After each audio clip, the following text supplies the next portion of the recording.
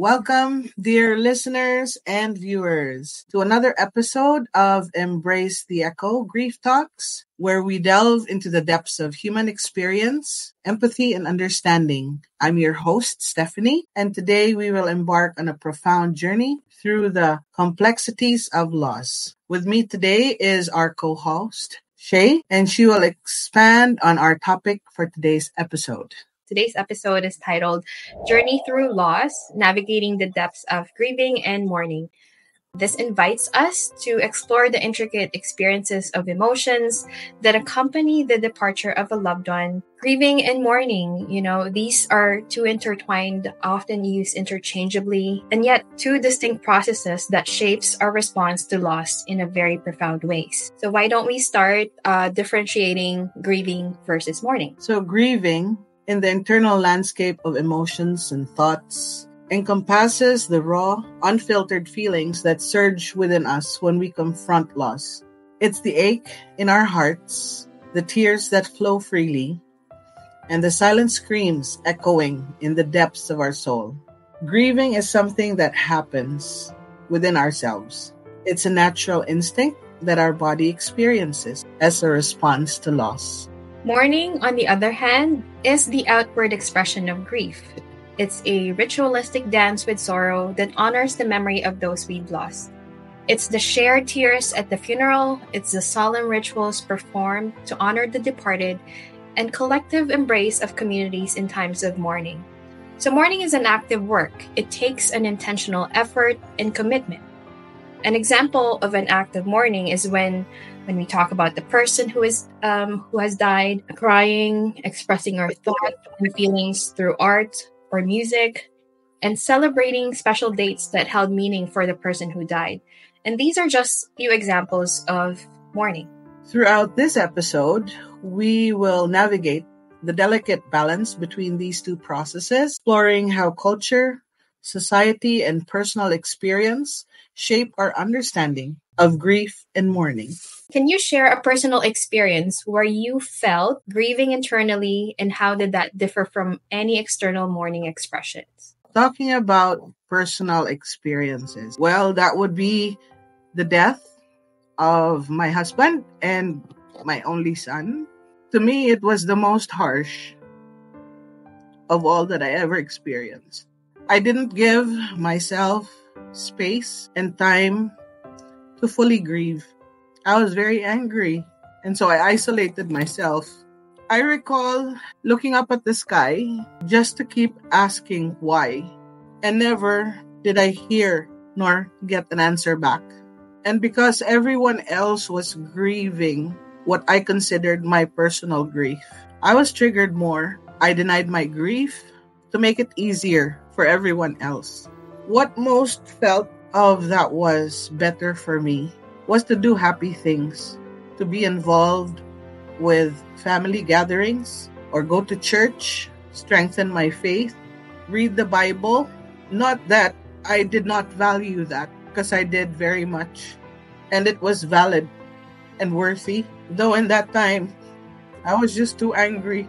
I numbed myself with medication, drugs, and alcohol to fit into theirs while I abandoned myself. In my grief, everything seemed okay till I knew it wasn't enough.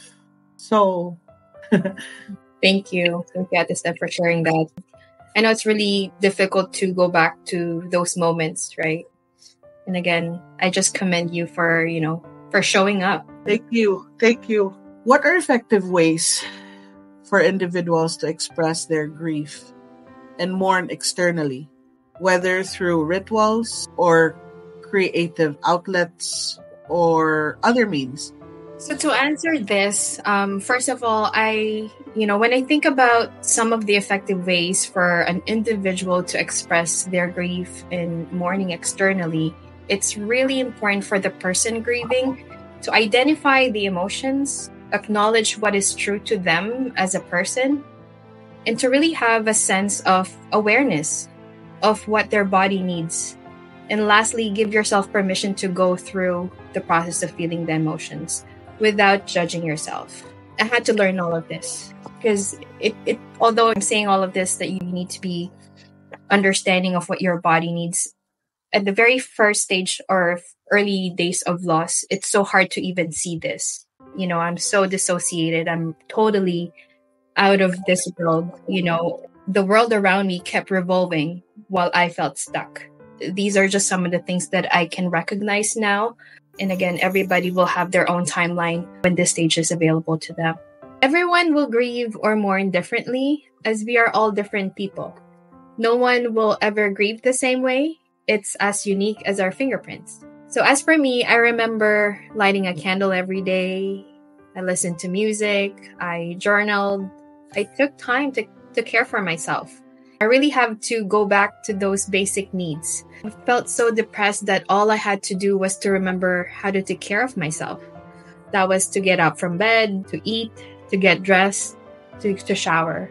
Writing a letter for the boys, I've done that. I've done paintings, played the piano. I walked. I ran. I ran to the point that I'm out of breath to remind me that I'm alive. I actually donated breast milk to the milk bank. I did some gardening. There's that sense of nurturing when I garden. I learned to do mindfulness meditation, and I talk to safe people about my story. I seek professional help, spiritual counselors, support groups, and now doing a podcast about grief. And throughout all of those activities, I cried. I allowed myself to be with my emotions. And guess what? All of those works was exhausting. Emotionally draining at first, but overall, it helped me get to where I am now, where the pain is not completely gone, but I learned to carry the pain of grief with grace and more purpose. It is important for the person to find a means of expression that really resonates with them personally. I've known other people who like to work out and find a physical release by going to the gym. So these are just some of the ways that we can effectively grieve and mourn that would really help an individual aim towards integrating grief into their lives moving forward. So that's my point. Beautiful. I could just imagine what you would have also experienced. Everybody grieves differently. Very and different. It's all valid. It's all valid. Yeah. Thank you. Now, I do have a next question for you, Ate Steph. How do cultural or societal norms impact the way people grieve or mourn? And are there cultural practices that stand out to you? In my experience, it would be the expectations, how I was told I should join this, I should join that, do this, do that. I'd be told, it's about time. You should be okay by now. Literally, if you come to think about it, they had no clue that I even haven't started, and how hard it was for me, how I had to bottle all of that up. How everyone seemed to know what happy looked like, yet I never felt it. And the more I was comforted, the more I was hurt. I don't know if some people can relate to that. And it made me angry every time. Like somebody would ask me, how are you? And tendency is when I say, I'm okay, just even to start with, I'm okay. Oh, no. They say something, right? And it triggers me. And what I do is I shift the topic. They forgot even what they were asking me about because they were busy talking about other things. But people deserve to grieve when inside feels crushed. I guess this is why I cry easily, because it's been too long that I've masked my grief. Oh, that's great. I actually remember something when you said, when people ask, how are you? It's such a default question that we ask when we see someone or talk to a friend or family, how are you? And that was the only time after our losses where I had to pause, because it's like, I'm not fine. I'm not good. When I express to them, I'm not okay, or I feel sad, I'm upset, then there's that shield from their end that like, no, I can't, I'm not comfortable with that emotion. So I find that when we open up and the other person is not equipped to be able to sit with that person's pain, that's where the disconnect is, right? By talking and understanding that, how are you really? I know it's so easy for us to say, oh, I'm good, oh, I'm fine. Really, we're not. Exactly. If the person is able to know what's the, I guess, right words to say, or sometimes like, I'm here for you, sometimes it's just Tell me what's going on. We end up getting that shield from them saying that, oh, okay, no, don't cry. Everything will be okay. I'm like, everything No, will it's be okay, but right now it's not okay. not. Yeah, yeah. And they sometimes they don't get to understand what that's like. Exactly. And now realizing that, you know what, siguro nga hindi ko naintindihan na hindi nila gets at that time because, I don't want anyone to experience this pain because it's so, to lose a child, who would want that? As a parent, who would want to outlive their child? It's a pain that I don't wish on anyone. And of course, for those parent that never experienced that pain, they may not understand it because they've never lived it, right? But if we talk and they have that understanding na, oh, ganito pala yung na-experience ng mga parents when they're grieving, then it makes it more valid, having that understanding, that empathy and compassion. It's going to make a difference, really. So Right. I can also go on and on with this topic. But I really resonated with that question. How are you? Right? Yeah, exactly. Yeah. So, anyways, yeah, how can an individual navigate conversations around grief and mourning, considering the sensitivity and uniqueness of each person's experience? To navigate conversations about grief, I think it's important that we acknowledge first that this topic can be very sensitive and unique to the individual, right? So just be that safe person who can sit and listen and be present to the person grieving or needing that support. Right. Allow them to express their emotions without any judgment. Now, not everyone is able to do this comfortably, like I said, right? Please choose your safe people. This is very critical. Sometimes, as much as we want family and friends and they wanted you to open up and them wanting to help, as soon as you start talking or crying, they are getting upset. I noticed that they become uncomfortable in seeing you in that distress, right? Yeah. Like, oh, don't cry, or, they start to put silver linings and other cliches that will make you feel better. The only way to make us feel better is to really just listen. Listen. These emotions are so true and real for that person grieving. I learned that having clear communications to them, telling them what you want them to do or how they can support you. For example, I would say, Ate Steph, would you be okay if I share something to you? I don't need you to advise me on anything, but I just need someone who can just be there. Sit and listen and just hear me out. Can you do that? So it's really important that we communicate those things that our expectations for the other person. It's so easy for us to fix and provide solutions for the person grieving, and yet hindi naman yun yung kailangan nila, right? Validating their feelings by expressing empathy. Your feelings are valid, and it's completely normal to have these emotions during this difficult time. I'm sorry you're going through a tough time. I'm here to listen and to support you. So those are just some of the statements that we can share to those people grieving, right? Validate their feelings by expressing empathy. Be patient, understanding. Yes, exactly. Oh my goodness. Ate Steph, how are you feeling now? Or how are you? How was your day today? Yeah. So all of those things are important to consider when we are navigating those conversations around grief. Because again, I would rather have someone be honest if they don't know how to be there with me. Actually, there was one person that stood out. I shared my story and they were like, I honestly don't know what this feels like and I don't know how to answer. Tell me how can I support you? Wow, someone was really honest to say, I don't know what to say. Kasi nobody has opened up that kind of loss to someone. Yeah. And yung intensity ng emotions ko was so real. But they were also honest with their feelings or with their experience na, honestly, I don't know what to tell you. But I'm here, I know that you're hurting, but how can I support you? So that was really something that stood out for me. And that person told me, I honestly don't know what to say, but I'm here. They genuinely have no idea how to support. Let the person grieving guide you as to what they want to talk about. Tell me more at this stuff. Exactly. Because I've had experiences as well before when, okay, there are times, no matter how you try to mask things up, people who know you, who love you and care for you, can actually see through you.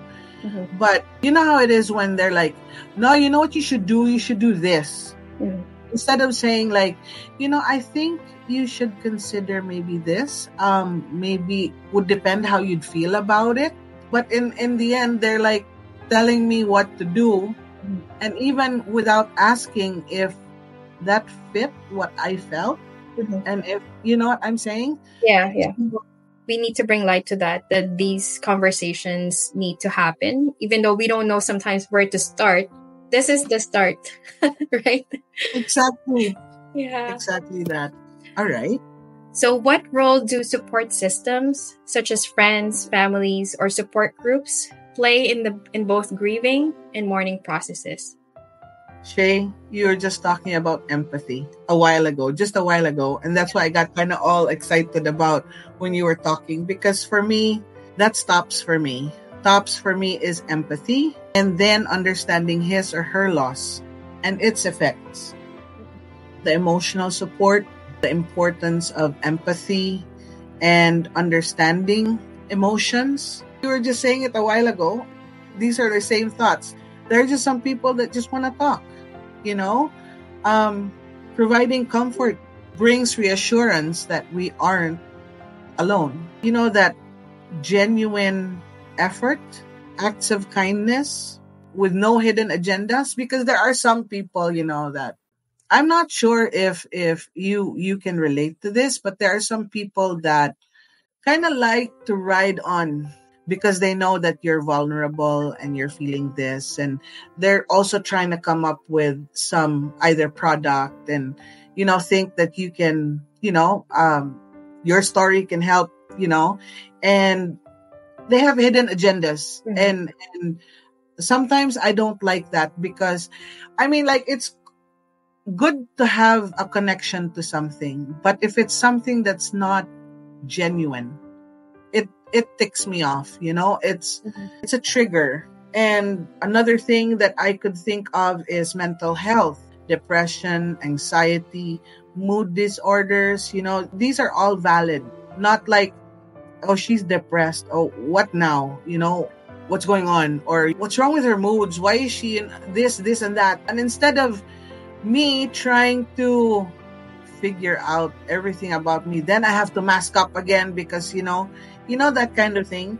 And another thing that I'd like to highlight, this is a bit, for me, I think this is a bit sensitive because it's about faith, religion, and beliefs.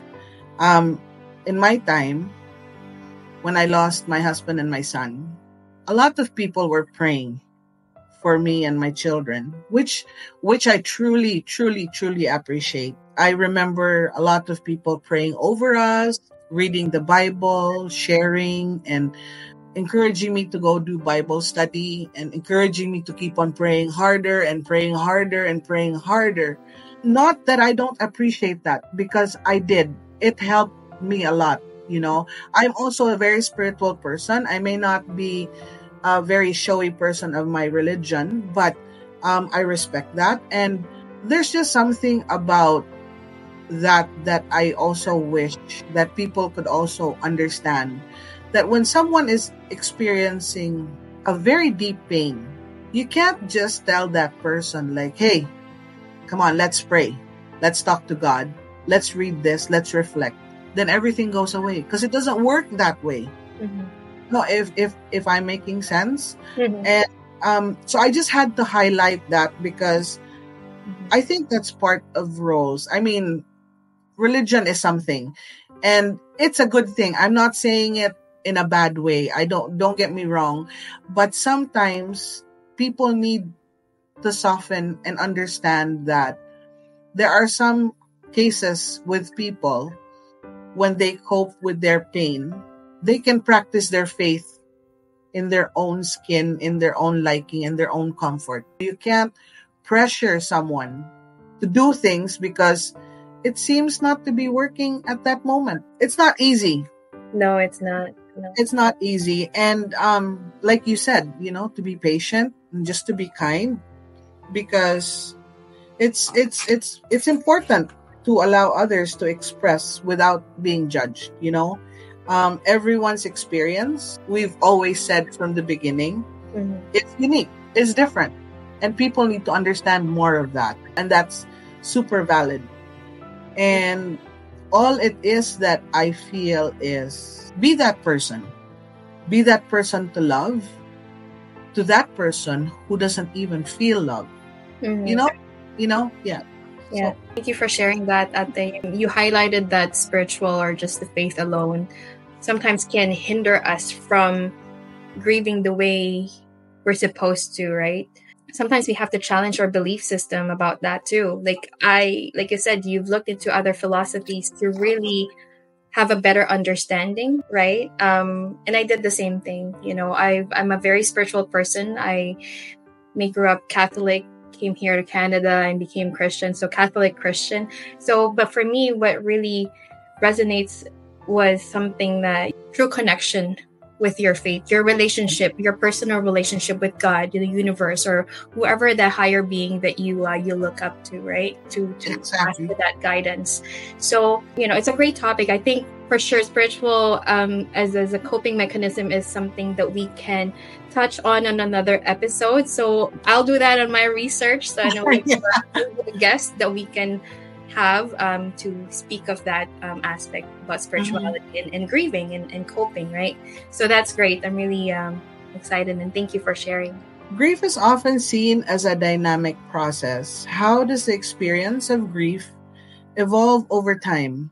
And what advice would you give to those navigating long-term grief? So I've been grieving for the last 2 years. But again, those are, I think, one significant event that really shifted my perspective about grief. But I will share the best that I can with the things that I noticed that changes, because yes, grief do evolve over time. So from what I can tell, the intensity of the emotions, these are some things that change. So early on, the first few weeks and months of the loss, the emotions can be so intense and they're so overwhelming that the brain couldn't even process sometimes. Over time, this sharpness of the emotion may start to soften, but the waves of grief may still come and go unexpectedly, right? So my advice would be to really allow and give yourself permission to feel that range of emotions without judgment. So really being kind to yourself. Actually, self-love, self-compassion is another topic that I'm foreseeing that we can discuss later on. But being kind to ourselves, this emotion is valid. It just happened, Understand that the intensity may fluctuate and it's normal for grief to resurface. Processing all these questions for our podcast, there are times where it does bring me back to the time when the intensity was like back to 10, back to its fullest. I may be able to keep my calm right now, but I had to take a breather also to really acknowledge that emotion that I was feeling at that time. But now I'm able to manage and give myself permission to feel that and work through it, because that's the only way through, is really allowing yourself to feel that emotion. Keep reminding myself that this too shall pass. Another point would be that acceptance and integration. This is something that I would say at this stage I have reached, and integrating that loss into my life. This actually involves finding a way to carry the memory of the departed while adapting to a changed reality, right? So in this stage of my grief, acceptance actually translates into being grateful for what happened, that I've gotten to know Gio and Josh and myself better in my grieving process. It doesn't mean that I don't miss them or that I've forgotten about them. Yeah. But I'm actually able to carry and commemorate their short lives in the way I know how while I'm still alive. And that's the integration of the losses into my life moving forward. This whole podcast is my way to commemorate. So Yes. this is it means a lot, I'm sure, for yourself as well, to be here, to actually talk about this, because it means so much to us, right? Yeah. So my advice would be to be patient with yourself. Let's be patient to ourselves. Like I said, grief has no timeline. Whether you are grieving a fresh loss or a loss that has happened 10, 20 years ago, there will be time as long as you're alive to process in order to reach that acceptance and reconciliation. It means finding a way to honor the past while we actually embracing the present and the future. So yeah, that's the Not true. Thank you, Shay. This was lovely. great conversation. I look forward to more actually now that we've kind of topic to this. Yeah. We just wanted to say thank you to our dear listeners and viewers for joining us tonight or today, wherever you're watching or from which time zone you're watching, for joining us in this moving journey through the complexities of grieving and mourning.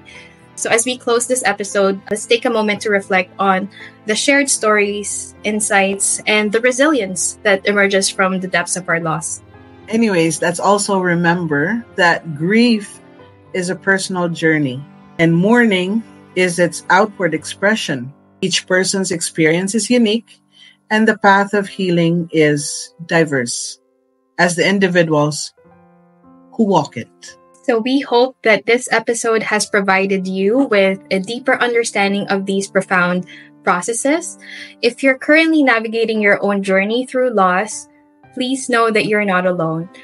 Reach out to those around you, embrace the support systems available, and allow yourself the space to grieve and mourn in your own time. Purple Heart Support Group Monthly. We have one coming up this March 15th in Toronto time, March 16th Philippine time. Stay tuned to this reminder on our UDRiVe Facebook page. We will let you know what that time is going to be. So if you've been moved by today's episode, I encourage you to continue the conversation, share your own stories, listen to others, and be a source of support for those navigating their grief journey. Remember, it's okay not to have all the answers. Sometimes, and most powerful thing we can do is simply be present for one another. So as we embrace the echoes of today's discussion, let's carry forward the awareness, the insight, and the compassion that comes from understanding the power of talking about grief. Thank you for being a part of Embrace the Echo. Until next time, take care, be kind to yourself, and may the echoes of understanding guide you on the journey through grief.